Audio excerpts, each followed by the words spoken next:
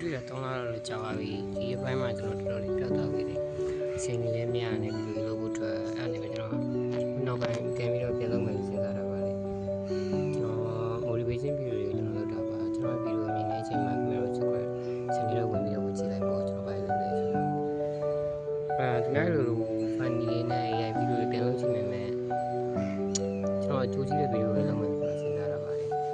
ကျွန်တော် channel မှာလည်း subscriber ကူလို့တင်25ရာရှိကျွန်တော် monetization အတွက်တော့ကျွန်တော်ပေးပါဘူးလို့ကြိုးချင်မဲ့ဟာလေးပဲရင်လုံးပါအဲ့တော့ကျွန်တော်ပြောချင်တာကကျွန်တော် video ကြည့်သွားတဲ့အခါကျရင် subscribe လေးလုပ်သွားပြီးပါကျွန်တော် channel လေးကျွန်တော် upload တဲ့ကြိုးကြည့်ရတွေပဲတင်ပေးပါပါsubscriber တောင်းတာရောက်ဖို့အတွက်ခဏခဏတော့မဟုတ်ဘူးဗျာ